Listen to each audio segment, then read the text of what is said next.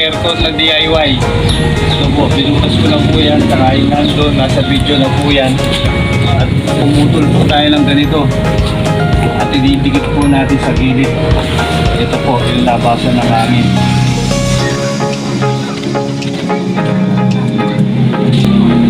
Po. Tapos didikit lang po natin yan. Ayan.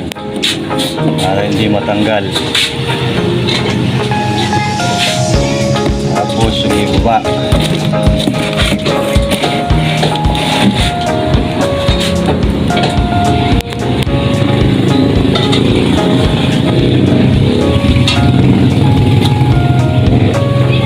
Ayan. Isa naman po. Ayan. Ano po natin.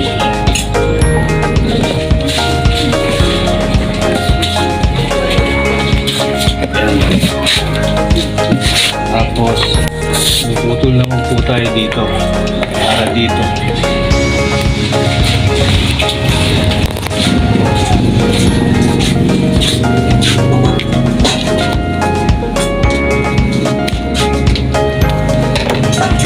Ikakalap natin dito yan.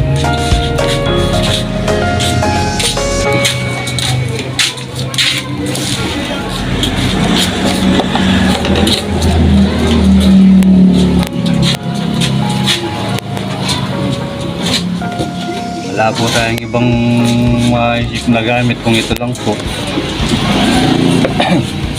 Kung ano lang po yung meron, pwedeng gamitin.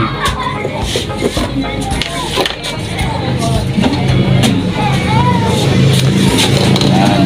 Tapos naman pong isa, didikit na natin. Ay, gulat mo na yan, makakasib na yan. Gulat mo na yan, makakasib. Ayan po. Tapos yung dito naman po.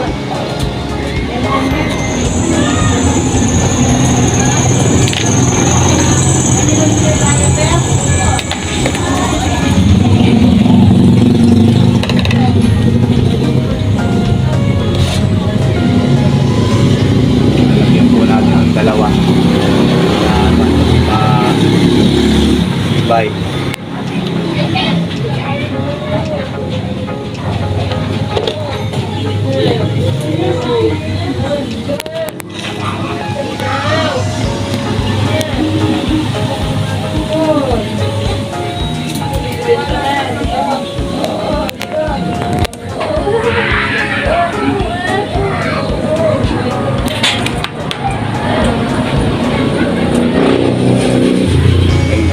Matuyo. Ito basa pa po eh.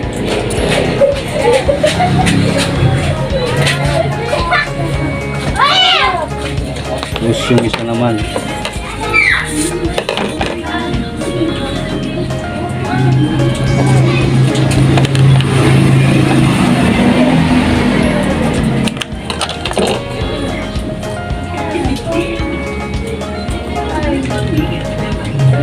Titikit na ho natin. Medyo matagal po kasi matuyo yung glue. Kaya natin ihintay po na muna natin matuyo.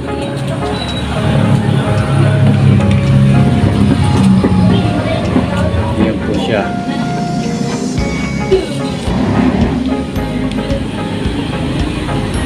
Matagal po matuyo yung glue.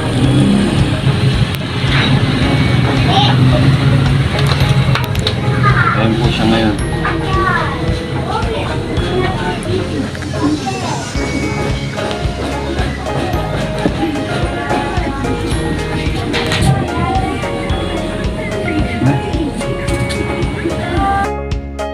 Ito po, yung DIY na aircon.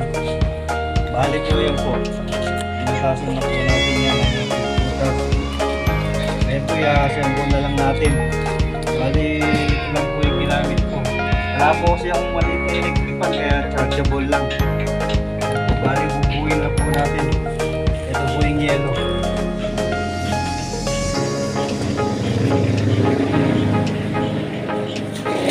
Lagyan po natin ng tatlo na yellow. Kahit may bagyo na po. Ayaw palamig. Ayan. Pwede ka rin po maglagay ng red doors dyan. Maglagay ng red door soft drinks para hindi sayang yung lamig. Ayan po siya. Ito na po, nilalagay po natin yung chargeable.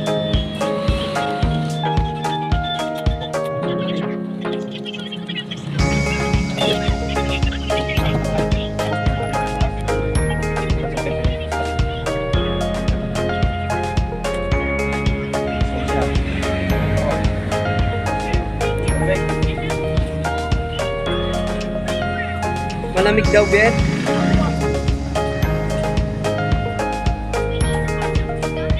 Ayan po, nakalamig dito. Ayan po. May electric fan po kayo malaki. Pwede rin siya dito. Kasi kailangan ko kami electric fan na malaki. Kaya maliit para ilagay dito. Ayan po siya, sobrang lamig.